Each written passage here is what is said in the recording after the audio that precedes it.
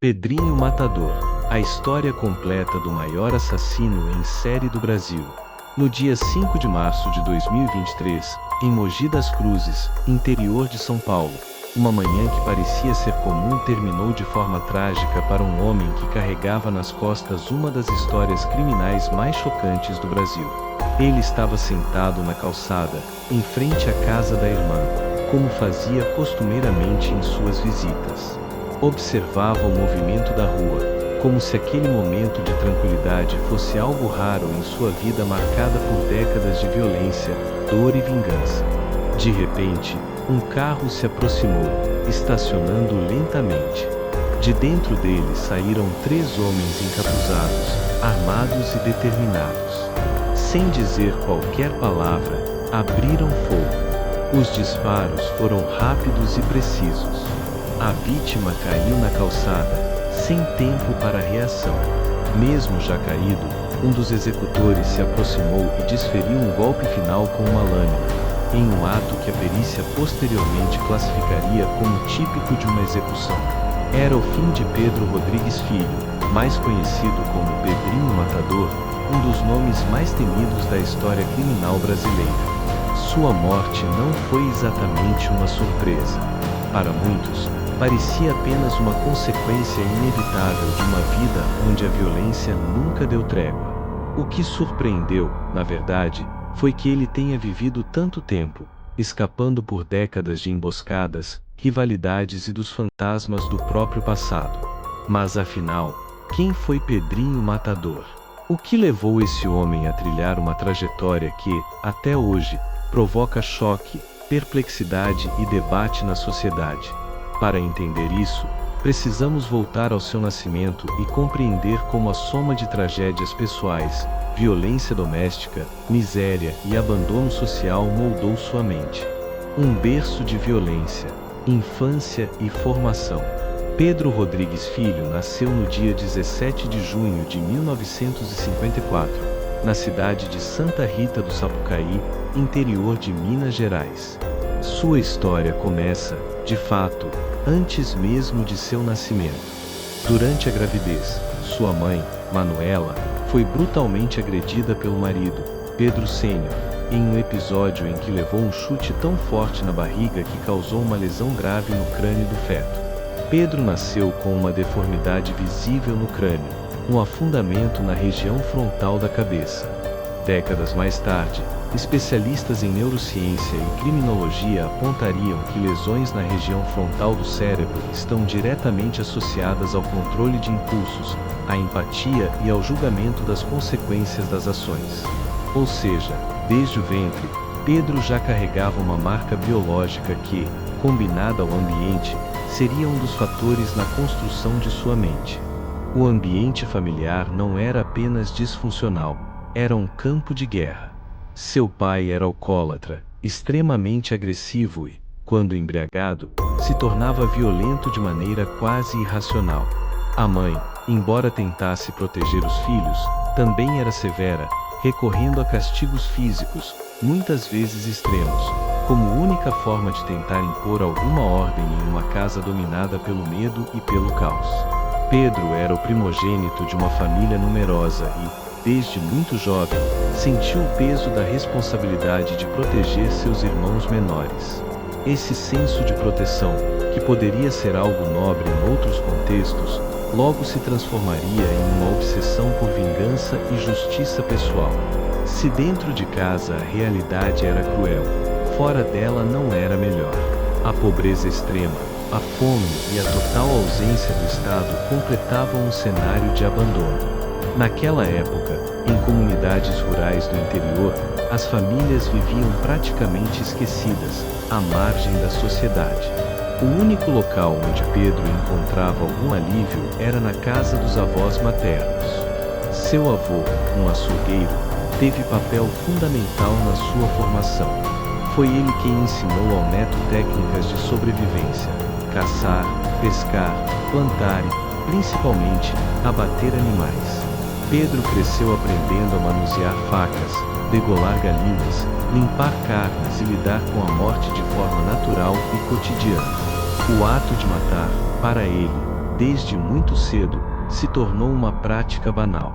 Sua avó, por sua vez, tinha crenças místicas muito enraizadas. Ela dizia que beber sangue de animais fortalecia o corpo e protegia contra doenças e males espirituais. E Pedro, ainda criança, levou isso ao pé da letra. Chegou a beber sangue de boi, acreditando que aquilo lhe daria força física e proteção sobrenatural. Aos 10 anos de idade, Pedro já trabalhava em um matadouro de frangos, convivendo diariamente com sangue, facas e morte. Enquanto outras crianças corriam e brincavam, ele passava horas degolando aves e limpando carcaças. Naquele contexto, a morte não tinha peso emocional. Era apenas mais uma parte da rotina.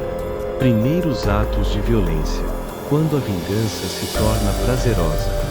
Aos 13 anos, Pedro viveu o que ele mesmo consideraria seu primeiro episódio de fazer justiça com as próprias mãos.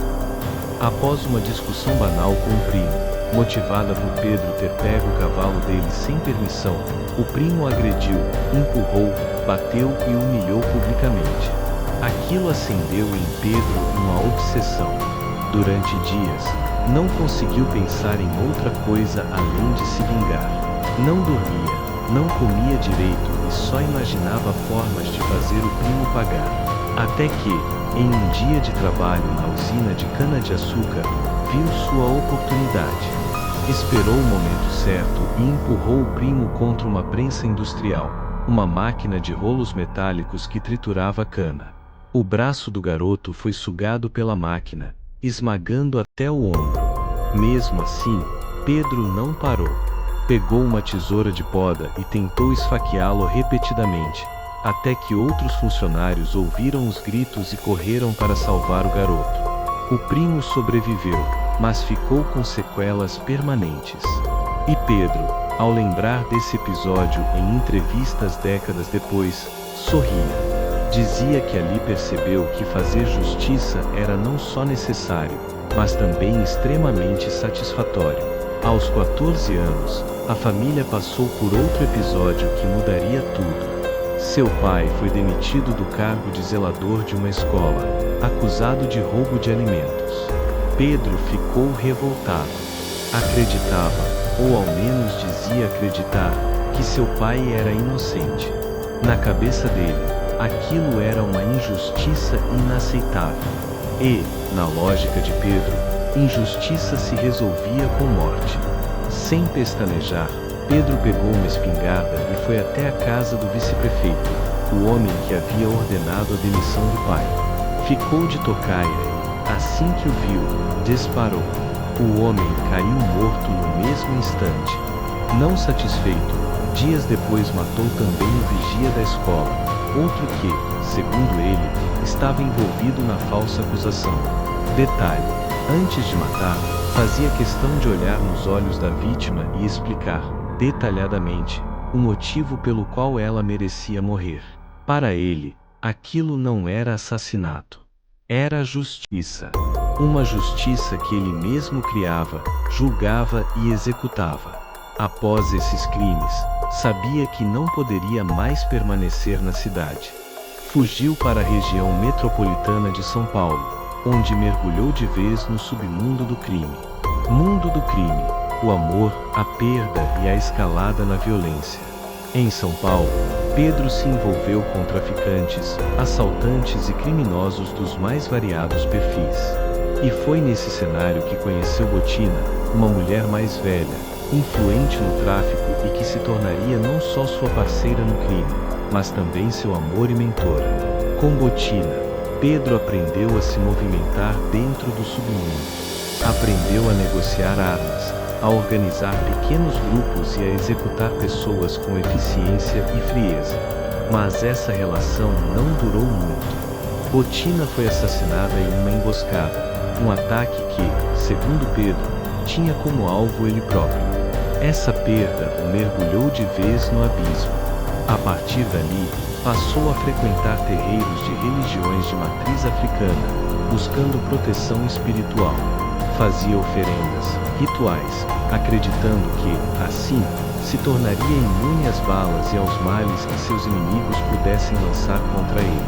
Pouco tempo depois, conheceu Maria Aparecida Olímpia, uma mulher com quem viveu um amor intenso e, pela primeira vez, cogitou a possibilidade de abandonar o crime. Maria engravidou, e os dois começaram a planejar uma vida juntos, longe da violência. Mas o destino, mais uma vez, foi cruel.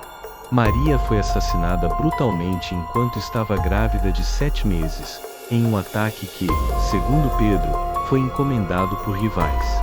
Devastado, Pedro jurou vingança. E foi nesse contexto que aconteceu o episódio que o tornaria definitivamente uma lenda: o massacre do casamento. Informado de que um dos responsáveis pela morte de Maria estaria presente em um casamento, Pedro invadiu o local armado, acompanhado de 2 comparsas. O que se seguiu foi uma chacina. Executou homens que, segundo ele, tinham participação no crime contra Maria. Mulheres e crianças foram poupadas, respeitando, segundo ele, seu código pessoal. Esse episódio foi amplamente noticiado. E, a partir dali, o nome Pedrinho Matador se espalhou por todo o país, causando medo, choque e curiosidade. Prisões, domínio nas cadeias e mais sangue. Preso em 1973, Pedro rapidamente se tornou uma figura temida no sistema penitenciário.